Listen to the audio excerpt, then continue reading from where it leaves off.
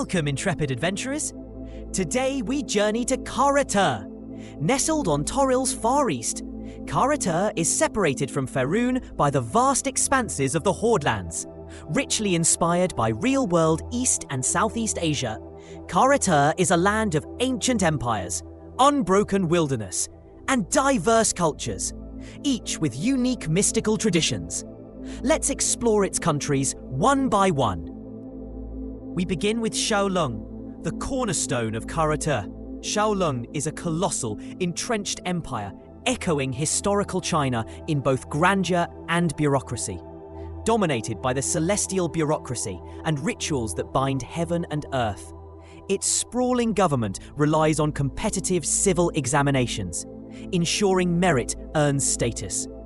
Power lies not solely with the emperor, but also the chancellor and his elaborate web of ministries.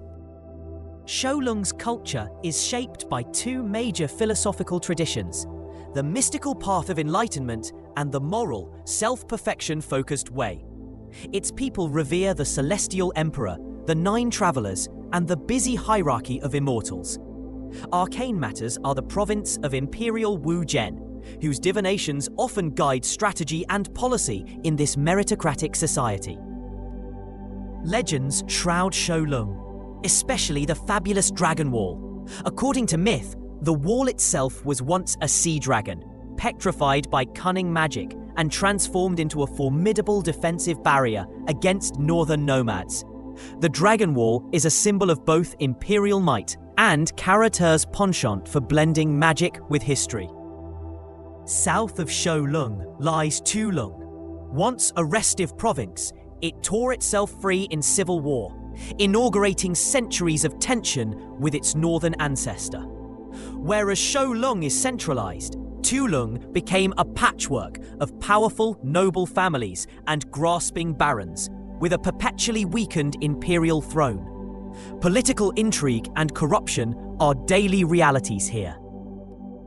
Despite its instability, Tulong flourishes along extensive riverways and rich port cities. Lush rice paddies and salted flats dominate the landscape, while the city of Wa buzzes with both splendor and subterfuge. The region is famous for its unpredictable festivals, treasured artisan crafts, and occasionally haunted ruins, each boasting their own unique enchanted legends. Our gaze now turns west, to the resolute mountains of Tabot, a land inspired by the Tibetan and Himalayan highlands.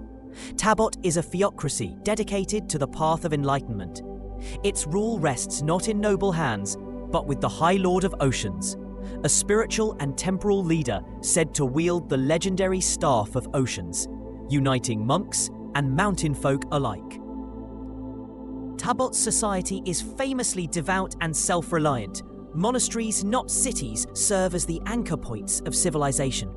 The Tabotan festival calendar is awe-inspiring for its scale and artistry, matching the grandeur of the surrounding peaks. Legendary crystalline warriors, said to have defeated imperial invaders, still lie waiting within the mountain fastnesses, ready to defend this isolated land. The people of Tabot are both celebrants and survivors, nomadic herders at home with yaks and sheep, and monks steeped in prayer and ceremony. Ancient myths tell of moon goddesses transforming tigers into the founders of Tibetan clans. Meanwhile, powerful hermits and oracles, rumored to raise heroes from the dead, remain ever watchful in secluded valleys. To the north, the steppes of the Plain of Horses unfold, a stark contrast to the structured empires.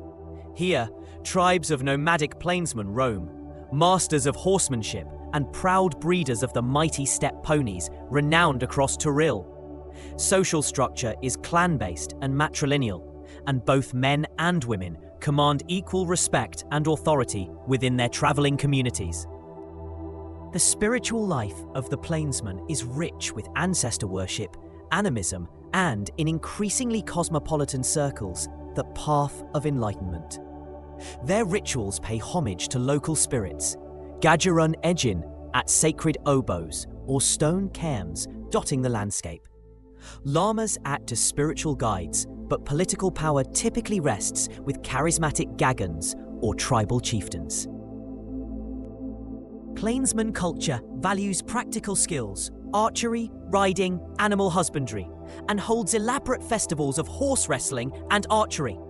Their fiercely independent outlook often sparks conflict, both internal and external. Despite frequent order tensions, they trade prized horses and woolen goods with neighboring lands, especially Shaolong, which they regard with suspicion and respect.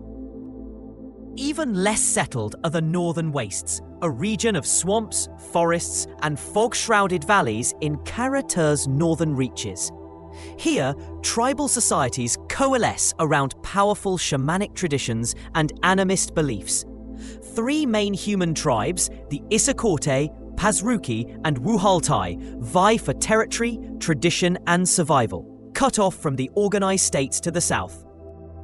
Notably, the northern wastes are home to the Karabokaru, a dwarf-like folk whose villages prize community, storytelling, and unique tattoo traditions. Their society is egalitarian. Tribal elders and a trio of elected leaders oversee disputes, but outcasting and exile are preferred to capital punishment. Shamans, especially female Tusu, serve as mediators between the mortal and spiritual realms. Villages here often coexist with spirit folk, dwell in the region's winding rivers. Local folklore credits ancient Maraloi, magical lords equipped with bronze weapons, for building the first defenses against ogres and onis. These ruins, hidden deep within the Koryaz Mountains, still inspire awe and secret expeditions by ambitious adventurers and wily merchants. Heading south, we reach Malatra, the jungle heart of southern Karatur. Here, isolation and diversity are the watchwords. The Kuong Kingdom, Laothan, and Purang tribes share this lush, hazardous environment with unique races: Katanga, lizard folk, and the rare osprey, among others. Magical ruins, dense canopies, and the enigmatic Malatran plateau shape society and imagination alike.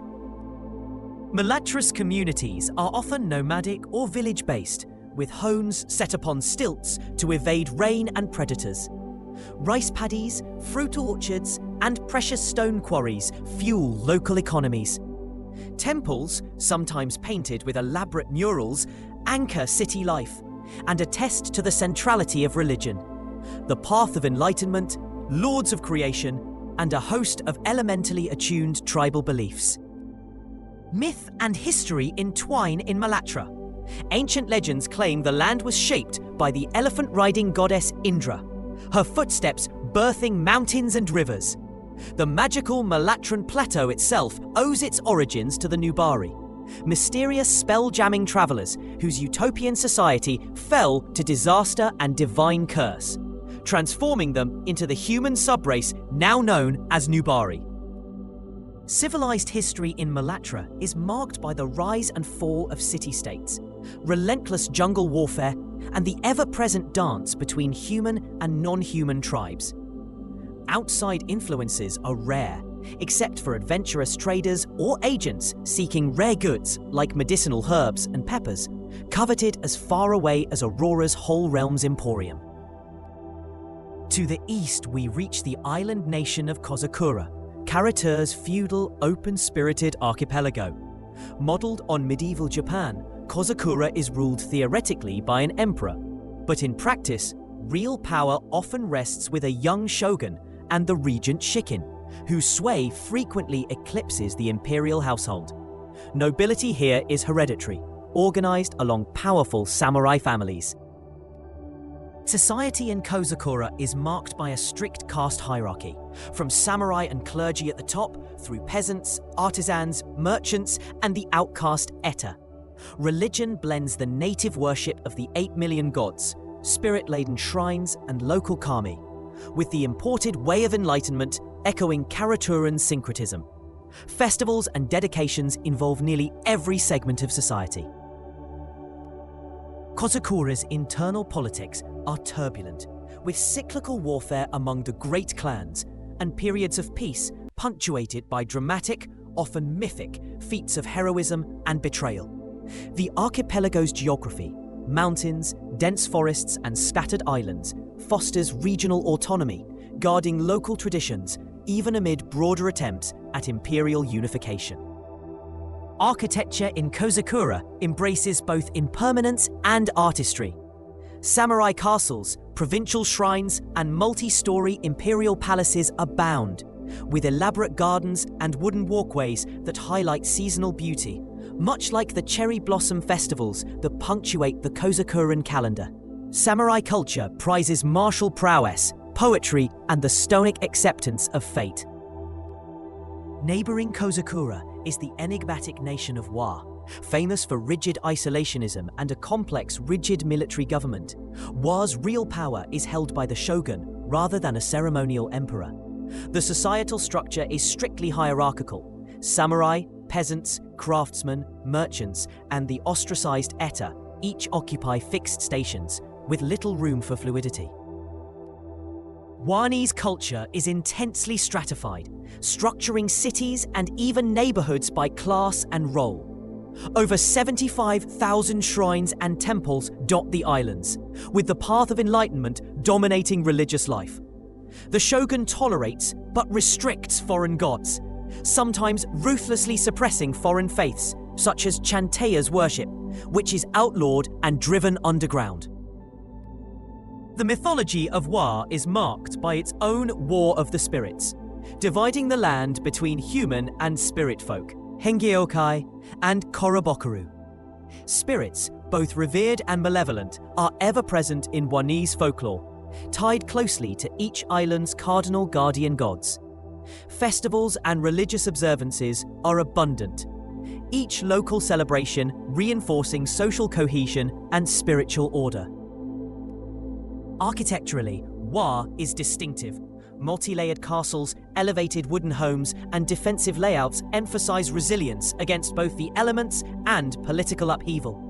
Cities are divided by high walls, with narrow streets crowded with merchants. The separation of classes is physically manifest.